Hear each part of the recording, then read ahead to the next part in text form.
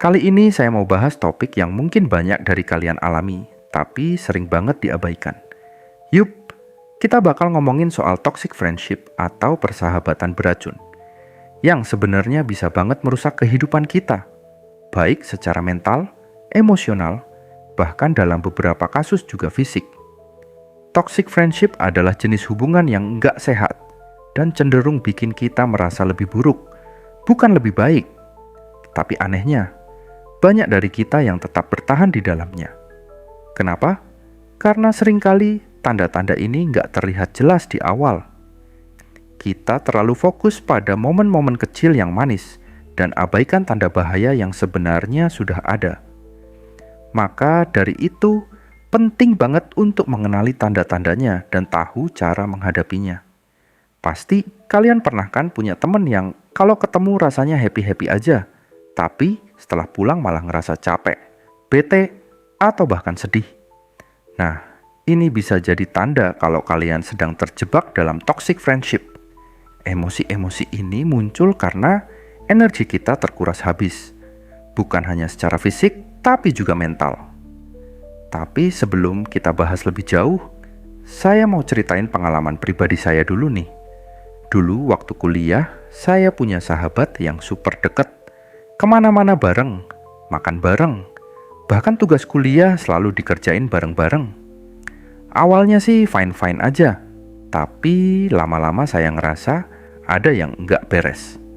Setiap kali saya cerita tentang prestasi atau pencapaian saya, dia selalu ngedown atau malah nyepelein. Ah, biasa aja kali, atau itu mah gampang, gue juga bisa. Padahal kita kan harusnya support satu sama lain ya. Hal kecil kayak gini lama-lama ngumpul jadi gunung es yang akhirnya bikin saya merasa nggak dihargai.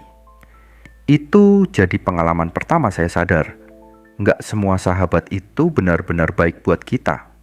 Belum lagi nih, kalian pasti pernah ketemu tipe teman yang cuma datang pas butuh doang. Pas dia lagi susah, chat kita tiap detik. Begitu urusannya kelar, ghosting tanpa kabar. Yang kayak gini itu sebenarnya red flag banget loh. Hubungan pertemanan yang sehat itu harusnya saling memberi dan menerima, bukan cuma sepihak. Kalau terus dibiarkan, ini bisa bikin kita merasa nggak dihargai dan jadi kehilangan kepercayaan sama orang lain. Terus ada juga nih yang suka bikin drama. Kalian tahu kan tipe-tipe temen yang hobi gosip. Hari ini lagi kumpul sama kita jelek-jelekin B. Besoknya bareng-bareng sama B, ngomongin malah jelek-jelekin kita. Yang begini tuh bikin lingkungan pertemanan jadi nggak sehat dan penuh drama nggak penting. Selain itu, tipe teman ini biasanya juga suka memanipulasi cerita untuk mengadu domba. Kalau kalian nggak hati-hati, kalian bisa jadi korban fitnah mereka tanpa sadar. Nah, yang paling parah itu teman yang suka manipulatif. Mereka ini pinter banget make kata-kata yang bikin kita ngerasa bersalah. Misalnya, masa sama sahabat sendiri pelit sih? Atau, kalau lo beneran temen gua, harusnya lo ngerti dong tanpa gua omongin. Kalimat-kalimat begini sebenarnya bentuk guilt tripping yang toksik banget. Mereka secara nggak langsung bikin kita merasa harus menuruti kemauan mereka. Bahkan kalau itu merugikan kita sendiri. Tapi masalahnya, kenapa sih kita sering banget susah lepas dari toxic friendship? Jawabannya simple. Karena kita udah nyaman. Ada rasa takut kesepian, takut dijauhin sama circle pertemanan, atau bahkan takut dianggap jahat karena mutusin persahabatan. Padahal staying di toxic friendship itu jauh lebih berbahaya buat kesehatan mental kita. Selain itu ada juga faktor nostalgia. Kita sering terjebak dengan memori masa lalu yang indah dan berharap semuanya bisa kembali seperti dulu. Meskipun realitanya sudah berubah. Yang sering kejadian juga, toxic friend ini kadang nggak cuman bikin mental kita down, tapi juga bisa ngeracunin kehidupan kita yang lain. Misalnya, mereka suka ngajak nongkrong pas kita lagi harus kerja atau belajar. Kalau kita nolak, siap-siap aja dibilang sok sibuk atau nggak setia kawan. Mereka nggak peduli sama prioritas kita dan cenderung memaksakan kehendak mereka. Belum lagi soal finansial nih. Ada loh temen yang hobi nyeret-nyeret kita buat ngeluarin duit. Masa nggak solidarity sih? Atau, udahlah sekali-kali, hidup cuma sekali. Ujung-ujungnya dompet kita yang kering, sementara mereka santai aja. Yang kayak gini tuh red flag parah. Kalau dibiarkan, ini bisa jadi kebiasaan yang akhirnya bikin kita merasa dimanfaatkan secara finansial. Terus gimana dong cara bedain toxic friend sama teman yang beneran? Nah, coba deh kalian perhatiin perasaan kalian setelah hangout atau ngobrol sama mereka. Kalau lebih sering berakhir dengan perasaan gak enak, stres atau terbebani, it's time to reevaluate the friendship.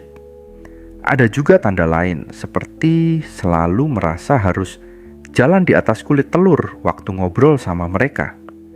Maksudnya, kita selalu hati-hati milih kata-kata karena takut mereka tersinggung atau marah. Persahabatan yang sehat tuh harusnya bikin kita nyaman buat jadi diri sendiri, bukan malah bikin stres. Yang sering bikin bingung juga, toxic friend ini kadang nggak selalu kelihatan jahatnya. Kadang mereka bisa jadi super baik dan perhatian. Tapi ingat, satu perbuatan baik tidak menghapus perbuatan buruk.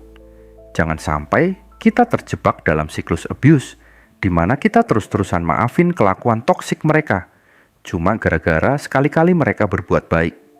Penting banget untuk menilai hubungan secara keseluruhan, bukan hanya berdasarkan momen-momen kecil yang manis.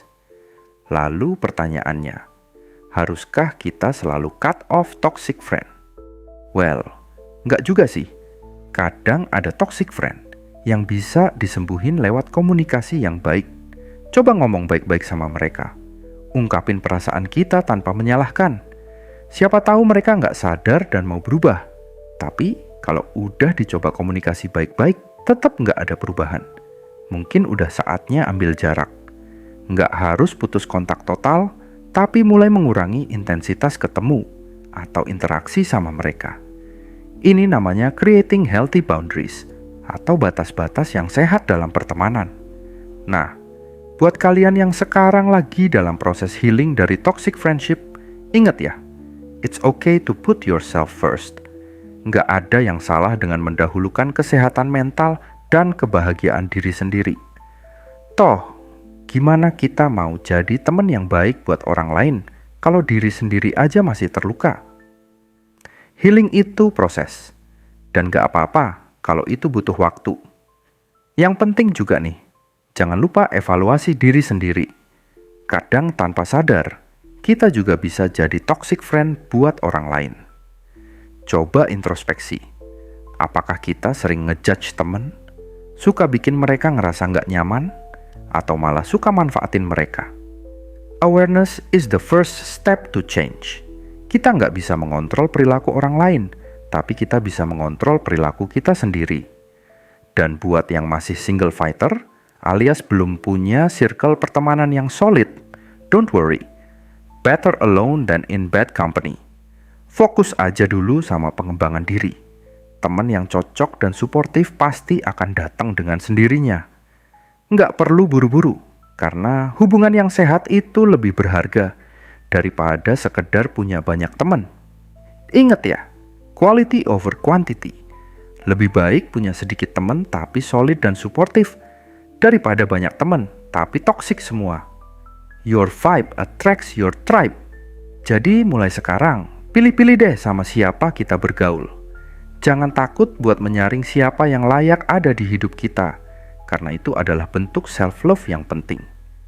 Gimana? Ada yang pernah ngalamin situasi yang sama? Atau mungkin ada yang mau sharing pengalaman soal toxic friendship? Tulis di kolom komentar ya! Jangan lupa like, share, dan subscribe biar channel ini makin berkembang. Sampai jumpa di video berikutnya.